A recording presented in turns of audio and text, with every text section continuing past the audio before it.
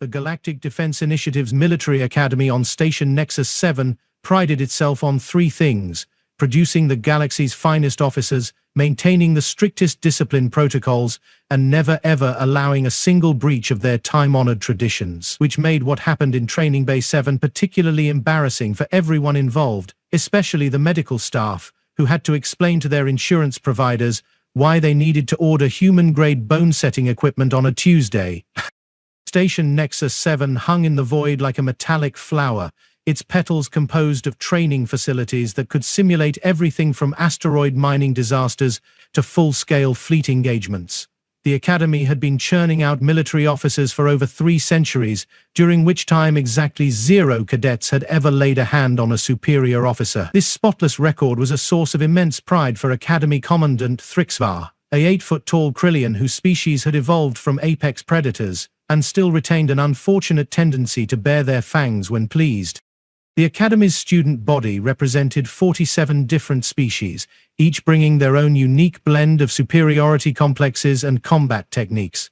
The Zephyans contributed their legendary discipline and an almost pathological need to organize everything into hierarchical charts. The Valdorians brought their technological prowess and an equally pathological need to explain why everyone else's technology was inferior. The Nexari offered their psychic abilities and a disturbing habit of reading minds during poker games, which had led to their exclusion from most recreational activities. And then there were the humans. Humans had been admitted to the Academy only 3 years prior, following the Terran integration accords that nobody really wanted to sign but everybody felt obligated to acknowledge. The general consensus among the faculty was that humans were enthusiastic but ultimately limited by their single-planet perspective and their baffling tendency to find humor in everything, including military protocol violations that should have resulted in immediate court-martial. General Vexthara had been instructing cadets for 42 years, during which time he had never encountered a species quite as perplexing as humans. The Zephyran officer stood 7 feet tall when he wasn't trying to intimidate someone, and just over 8 feet when he was. His crystalline exoskeleton had been scarred by 3 different wars, 2 training accidents, and 1 incident involving a malfunctioning gravity simulator that nobody discussed in polite company.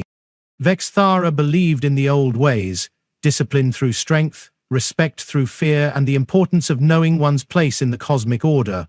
These principles had served him well throughout his career, and had transformed thousands of young aliens into competent officers who knew better than to question authority, speak out of turn, or make eye contact during disciplinary hearings. The general's teaching methods were, admittedly, somewhat traditional. He favored public corrections, intimidation tactics, and the occasional physical reminder of who exactly held rank in any given situation. The Academy Board had received several complaints over the years, but Vexthara's results spoke for themselves. His graduates had the lowest washout rate in active duty and the highest promotion rate in the entire defense initiative. Which brought us to Cadet Zara Blackwood, who was about to become either a footnote in galactic military history or the reason for a complete overhaul of Academy disciplinary procedures. Zara had arrived at the Academy 3 weeks earlier as part of the latest human integration cohort, a group of 12 individuals who had somehow passed the entrance examinations despite their species' obvious limitations. She was unremarkable in most ways: average height for a human, dark hair kept in regulation length, and the kind of quiet demeanor that suggested either deep thoughtfulness or complete vacancy. Her file indicated she was 22 years old, had grown up in the Titan mining colonies, and had scored surprisingly well on the combat simulation tests. What her file failed to mention was that Zara had spent her teenage years settling disputes in the underground fighting circuits that kept mining station workers entertained during their off-shifts. The Titan colonies operated under a different set of social rules than most civilized worlds, rules that generally boil down to solve your problems quickly and don't leave witnesses. Zara had learned these rules the hard way, which was the only way they were ever taught.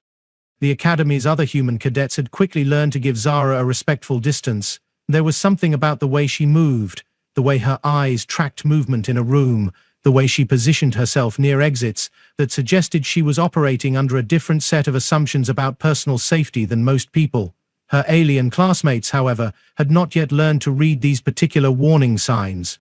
The Zephyran cadets viewed her as a curiosity, The Valdorians saw her as a potential research subject, and the Nexari found her thoughts surprisingly difficult to penetrate, which they attributed to the primitive nature of human consciousness rather than any kind of deliberate mental shielding. The general consensus was that humans were harmless, if somewhat unpredictable. Training Bay 7 was designed to simulate close-quarters combat scenarios, the kind of situations where split-second decisions meant the difference between completing a mission and becoming a decorative smear on a bulkhead. The Bay's adaptive holographic system could recreate everything from boarding actions to planetary surface engagements, complete with environmental hazards and hostile AI opponents that had been programmed to exploit every possible weakness in cadet training.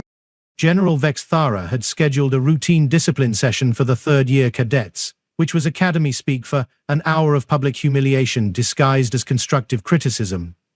The session was intended to reinforce proper military bearing, respect for authority, and the importance of following orders without question or hesitation. Zara had been selected for individual attention after her performance in the previous day's tactical exercise, during which she had ignored established protocol and improvised a solution that had actually worked better than the approved method. This kind of initiative was exactly the sort of behavior that needed to be corrected before it became a habit. The general stood before the assembled cadets, his crystalline exoskeleton gleaming under the bay's harsh lighting. Behind him, a holographic display showed tactical formations that had been refined over centuries of military experience. The cadets stood at attention in precise rows, their various anatomies adapted to display proper military bearing, despite significant physiological differences. Military discipline, Vexthara began, his voice carrying the kind of authority that came from decades of unquestioned command, is not a suggestion. It is not a guideline. It is the foundation upon which galactic peace and security rest.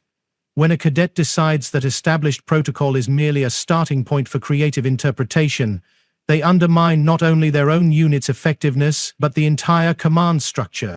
Several cadets shifted uncomfortably, recognizing the prelude to one of the general's legendary disciplinary demonstrations.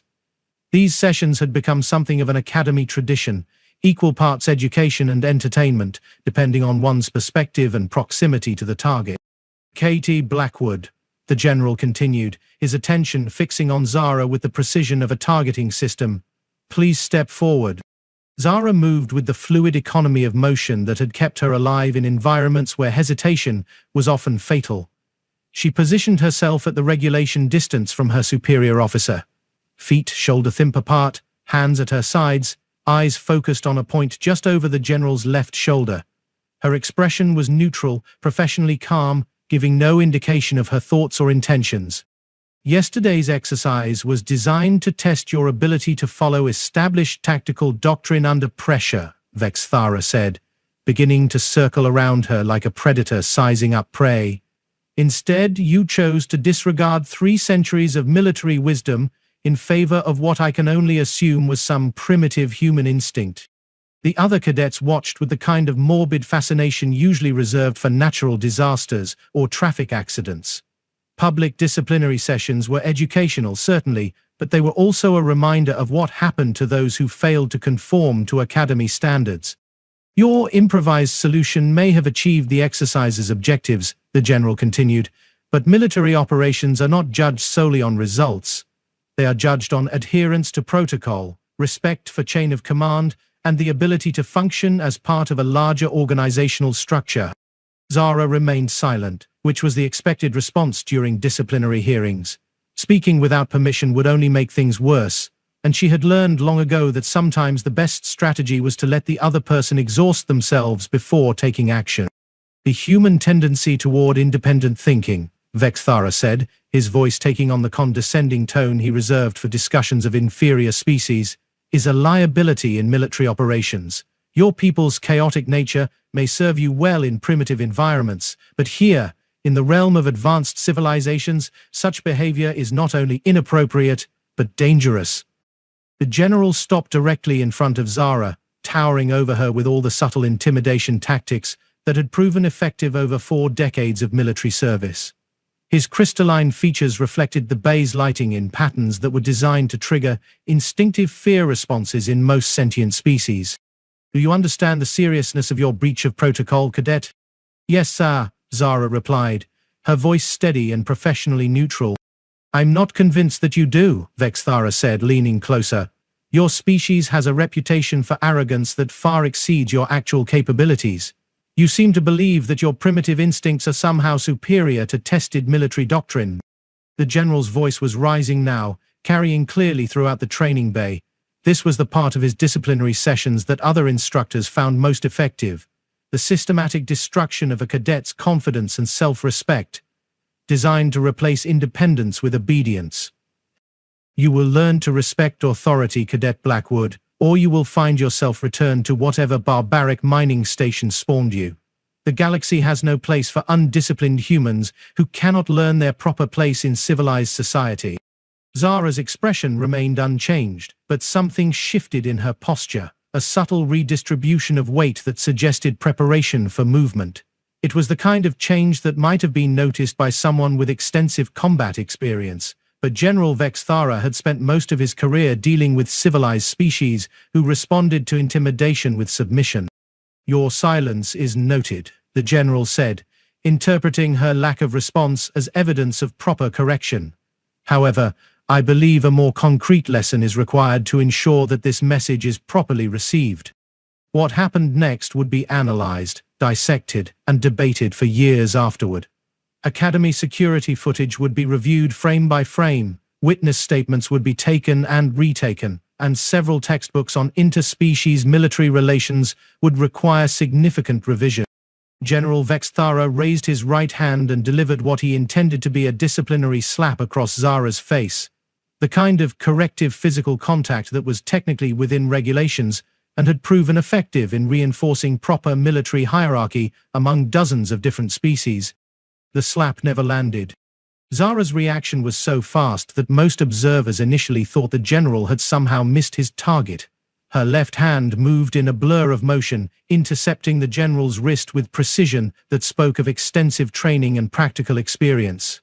Her fingers closed around the joint with exactly the right amount of pressure, in exactly the right places, and she twisted. The sound of General Vexthara's wrist breaking was surprisingly quiet, a soft crack that was almost lost in the ambient noise of the training bay's environmental systems. What wasn't quiet was the general's reaction, a roar of pain and surprise that caused several cadets to jump and one Valdorian to activate his personal shield generator. The entire sequence had taken less than 5 seconds, from initiation to completion. General Vexthara, decorated veteran of 3 wars and terror of Academy cadets galaxy-wide, was on his knees holding his shattered wrist while a human cadet stood over him with the same neutral expression she had maintained throughout the disciplinary session. Medical to Training Bay 7, Zara said calmly, activating her comm unit with her free hand. Instructor, injury requiring immediate attention. The silence that followed was the kind that usually precedes either spontaneous applause or mass panic. 47 cadets from 12 different species stood frozen, in various poses of shock, disbelief, and re-evaluation of their fundamental assumptions about human capabilities. Cadet Thylax, an Exari with minor telepathic abilities, would later report that Zara's thoughts during the incident had been remarkably calm and focused, displaying the kind of mental discipline usually associated with advanced meditation practitioners or professional assassins. What disturbed him most was not the violence itself, but the complete absence of anger or malice in her mental state. She had broken her superior officer's wrist with the same emotional investment most people brought to swatting an insect. The Academy's medical team arrived within minutes, their anti-grav stretcher and emergency medical kits suggesting they were prepared for the usual training injuries, concussions, dislocated joints, and the occasional case of exotic poisoning from species whose defensive systems didn't play well with galactic standard atmosphere. They were not prepared to treat a Zephyrian general whose wrist had been shattered with surgical precision by a human cadet who was now providing helpful suggestions about proper immobilization techniques. The metacarpal joints will need to be realigned before the crystalline structure begins auto-repair, Zara explained to the lead medic, a 4-armed Valdorian whose species had pioneered several advanced surgical techniques. Zephyrian bone density means you'll need to use a compression bandage with at least 40% more pressure than standard protocol recommends. Dr. Kelvik stared at her with all four eyes, his medical scanner confirming that her assessment was entirely accurate. "How do you know Zephyrin anatomy?" "Mining accident protocols," Zara replied with a shrug. "The Titan colonies have workers from 38 different species. You learn to patch people up quickly, or they die, waiting for proper medical attention." General Vex Thara was loaded onto the stretcher with considerably less dignity than he had possessed at the beginning of the training session. As the medical team prepared to transport him to the Academy's fully equipped medical bay, he managed to focus his pain-clouded attention on the human cadet who had just redefined his understanding of species-based assumptions. "This isn't over," he managed to say through gritted teeth, which was probably not the wisest choice of words given the circumstances. Zara looked down at him with the same neutral expression she had maintained throughout the entire incident. "Yes, sir, it is." The investigation that followed was thorough, professional, and ultimately pointless. Academy regulations clearly stated that physical correction of cadets was within an instructor's authority, but they were notably silent on the subject of cadet self-defense against such correction. The legal department spent 3 days trying to determine whether Zara had violated any specific rules, and eventually concluded that her actions fell into a regulatory grey area that nobody had previously thought to address. General Vex Thara's medical treatment was successful, though his wrist would never regain full mobility and would ache whenever the station's atmospheric pressure changed. More significantly, his reputation as an intimidating disciplinarian was effectively over. Word spread quickly through the Academy's gossip networks that the terror of third-year cadets had been neutralized by a human mining colony refugee in less time than it took to activate a comm unit. The general himself underwent what Academy psychologists diplomatically termed a period of professional reflection and personal growth. He spent 2 weeks in medical leave, during which time he reviewed every piece of available information about human military history, combat techniques, and cultural practices. What he discovered was both humbling and terrifying. Humans, it turned out, had spent their entire evolutionary history in a state of near-constant warfare. Their planet was a death world by galactic standards, populated by predators that had driven human development toward patterns of violence and survival that most civilized species had abandoned millions of years ago. The mining colonies that had produced Cadet Blackwood were particularly brutal environments, where conflict resolution typically involved personal combat, rather than mediation or legal proceedings.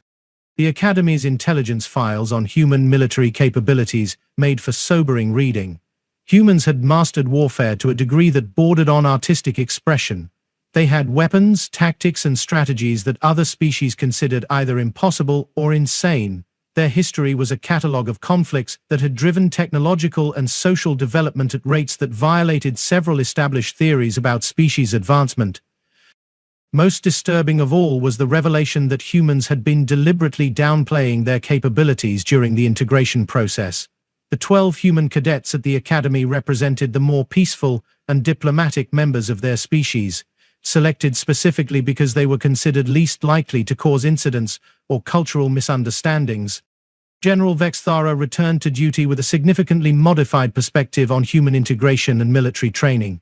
His first official act was to recommend immediate revision of Academy disciplinary procedures to account for species-specific cultural differences and combat capabilities. His second act was to formally apologize to Cadet Blackwood for his breach of professional conduct. His third act was to request transfer to the Academy's strategic planning department, where his duties would involve considerably less direct contact with cadets and significantly more time behind a desk, reviewing tactical simulations. Zara, meanwhile, found herself in the unusual position of being simultaneously famous and avoided. The other human cadets treated her with new respect, mixed with healthy caution. The alien cadets gave her a much wider berth and stopped making casual assumptions about human limitations. The Academy's instructors began treating all human cadets with considerably more professional courtesy. Academy Commandant Thrixvar, after reviewing the incident reports and consulting with the Academy's legal department, made the administratively expedient decision to classify the entire incident as a training exercise in cross-species combat techniques. Cadet Blackwood was officially commended for demonstrating advanced defensive capabilities. General Vex Thara was credited with providing valuable lessons in cultural sensitivity, and everyone agreed that the whole situation had been highly educational for all involved. The unofficial result was that Academy discipline policies underwent their first major revision in over a century. Physical correction of cadets was quietly phased out in favor of more traditional methods like extra duties, privilege restrictions, and strongly worded performance evaluations. Several instructors volunteered for sensitivity training, and the Academy's medical staff requisitioned treatment equipment suitable for a wider range of species-specific injuries. Zara completed her Academy training with honors, specializing in close-quarters combat instruction and cross-species military coordination.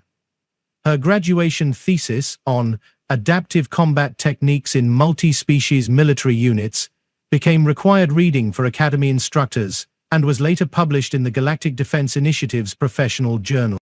General Vexthara's wrist healed, though it clicked whenever he wrote reports, and reminded him daily of the afternoon when his understanding of the universe had undergone rapid and painful revision.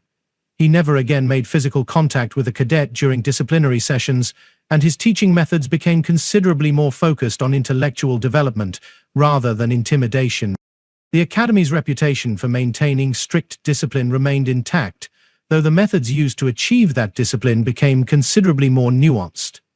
Cadets still graduated with proper respect for authority and military protocol, but instructors developed a new appreciation for the difference between discipline and survival instincts. Station Nexus 7 continued to hang in the void like a metallic flower, its training facilities producing the galaxy's finest officers with the same efficiency as before. The difference was that those officers now possessed a more complete understanding of the diverse species they might encounter in their military careers, and a healthy respect for the importance of cultural awareness in professional interactions. The incident in Training Bay 7 became something of a legend within Academy circles, a story that was told and retold with increasing embellishment until it bore little resemblance to the original events. In some versions, Zara had defeated an entire squad of instructors. In others, she had somehow managed to break the general's wrist without touching him. The most creative versions involved exotic human martial arts techniques that could disable opponents through sheer force of will. The truth, as documented in the official incident report, was both simpler and more profound. A young human cadet had demonstrated that assumptions about species capabilities could be dangerous, that respect was earned rather than demanded, and that sometimes the most effective education came from having your fundamental beliefs adjusted by someone who knew exactly where to apply pressure to make their point. Academy Commandant Thrixvar kept a copy of the incident report in his personal files, not as evidence of disciplinary failure, but as a reminder that the galaxy was full of surprises, and that the best military officers were those who remained flexible enough to adapt when their assumptions proved inadequate. The Galactic Defense Initiative's military academy on Station Nexus 7 continued to pride itself on three things: producing the galaxy's finest officers, maintaining the strictest discipline protocols, and never, ever underestimating the capabilities of species who had earned their place among the stars through methods that polite society preferred not to discuss in detail.